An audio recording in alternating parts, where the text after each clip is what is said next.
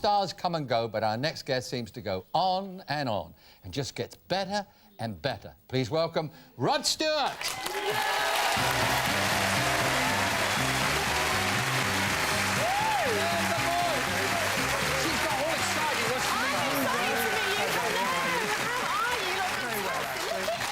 Up for the occasion.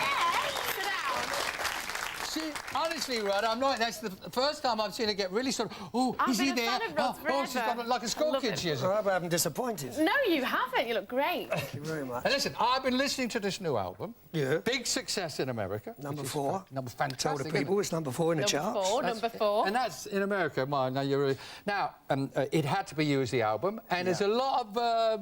You finally caught on, I think. You finally caught on what Desi's doing is right.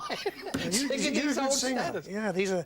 It's an album full of pop songs of the 30s and 40s, shall we say, and the great American songbook from the jazz era. What made you decide to suddenly go and do that kind of stuff? I've always wanted to do it. You know, it's been hanging around in my head for about 30 years, and being a rock singer all that time, you know, it really didn't fit into what I was doing. But I was brought up on this stuff. You know, Mum and Dad used to play it, brothers and sisters, and it was just a matter of time. Well, as we just said, it's a fantastic success in America. Did that come as a bit of a surprise to you? Or were you half expecting it? No, I really thought it'd go down the toilet. I really did. It was a huge gamble and a tremendous gamble on behalf of the record company, really. But just went straight in at number 4. It caught a lot of people by surprise. Didn't have the records in the shops, but. There's a lot of punters out there who want to hear those songs, and people like yourself weren't singing. There you are. Did it give you a problem, Rob? Because, I mean, you can't really go out there and sing It Had to Be You and the likes in leopard skin trousers and wiggle your bum, can you? Of course you can. Of course you can. You haven't got a spare pair I can try them with, have you? Now, Rod, I know you're a real football fanatic, aren't you? Yes. And I hear that at the end of your concerts, you'll kick out about 35 balls into the audience. Is that correct? Oh, throughout the concert I'll do that. Do you? Are they all signed? They're all signed personally, and I think sometimes if people go to get the footballs and not listen to the singing. But it's a tremendous joy for me, because that's what I did. You know, when I was 17, I became a professional footballer for about 2 hours and then fell into music. But I still play. I played yesterday. Yeah? In a piddling rain, yeah. You are a fanatic. Yeah, I've seen you in your kit, actually. I've seen you because you do the charity bit as That's well, right, don't you? Somewhere along the line, Rod, I think I read it, you're so passionate, you've actually said, football is half or part of me, part of my life. So, based on that, do you sometimes wish you were born in Brazil? No, not in a million years, no. I mean, you know, I'm a Scotland supporter and we've won nothing, you know, but it's just my loyalty to Scotland. We treat the game with the respect. We never win anything, but we enjoy ourselves being a Scotland supporter. He's actually flown back before now from LA back here to Ibrox or wherever the game was. Ibrox? Well, sorry, sorry, I said the wrong packet. But if you were to be offered a manager's job at a Scottish team, would you be tempted to move away from music to do that? Oh, yeah. Would you really? Yeah, I mean, it would be a dream, and if it was offered to me, I'd give up music tomorrow. Are you kidding? Wow. I'd love to manage the team. I think he means it. I think he does. I think he means it. I mean, I'm very passionate about it. More passionate now than when I was a kid, you know? I mean, I used to play, I didn't really enjoy it, but now, give me a game of football, I mean, I just love it. As you reach your maturity... Steady. Like that suit you got on. Thank you very much. I'll get you outside.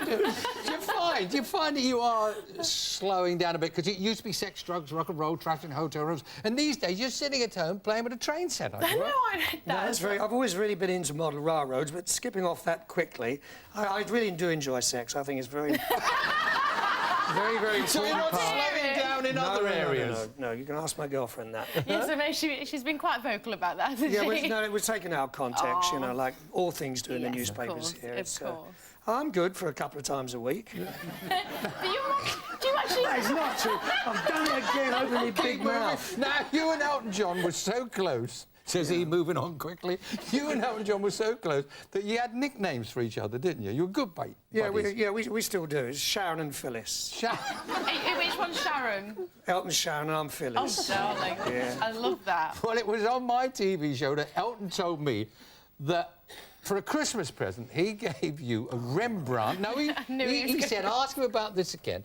And that in return, you got him an old ice bucket. Well, it wasn't quite... Yeah, he did buy me a Rembrandt. It was absolutely true, worth a fortune. But it wasn't quite an ice bucket. It was a small refrigerator that you put inside of your armchair when you're watching the television. You press a button, and the drinks come up, and they're all nice and cold and everything like that. So it's a little tiny refrigerator, but it was cheap compared to a Rembrandt. Well, A bit more than an ice bucket, though, eh? A bit more than an Just ice a bit bucket. more. Well, Elton said, he said the Rembrandt does cost 50, it's worth 50k today, and his ice bucket's worth about a fiver. He said to me. He is such a generous man, he really is. He bought me this watch, in fact. And there's diamonds My twinkling away. 50th birthday. Gosh, fantastic. What a great friend. It is good. Des, I'm getting to know you quite well, remember? Nice big Christmas present for me. Now, things are really flying for you, but I know it wasn't that long ago that you were having throat problems. Did you have, is it right you had an operation on your throat? Yeah, it's okay now. It was a mere brush with cancer. I mean, I was in and out of hospital within 24 hours, about 2.5 years ago. And the voice disappeared for a long time, which pleased some people, I'm sure. But came back. Scared you a bit? It did scare me, yeah, because you think it's my livelihood. I love doing it. What am I going to do? But I've just finished a tour of, you know, a year, 115 shows, and 150? thank goodness everything was okay. Yeah. Well, you see, that's interesting, because it wasn't that long ago, a couple of years back, there was a rumour going around over here, apparently, I think it started in America, maybe not, that you were thinking of retiring. And No. Well, that's what it said, didn't it? No, well, I just couldn't. I don't like the travelling associated with this business, but get me up in front of a crowd, and I just love it. It's very addictive, and you should know that. Well, yeah, You've trod the boards, Des. They think chewing gum's hard to get off a stage till I'm on. That's a great one. That's brilliant. I have to remember that one. Now, you're living in America these days. I have done for a long time. Yeah, and you love it, don't you? Yeah, I do.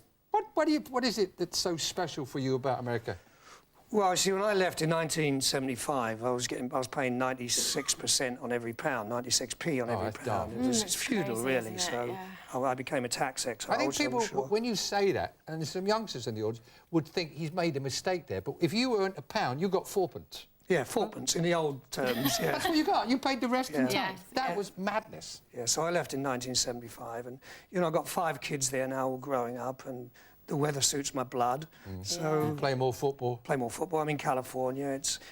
There's more British people in California, other than the British Isles. They're all in California. Everywhere you go is British people. What do you miss anything about the old country?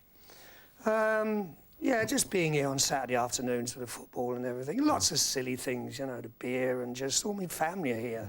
A lot of memories. Yeah, a lot of memories. Do you get them over there now and again? The family bring them over? Yeah, they come over and visit. The clan come over and visit.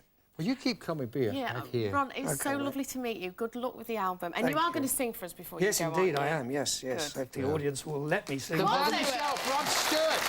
Thank you, Rod. Okay, so I don't get my thing on. We'll be back after this. We'll be back after this. He's going to be here singing too.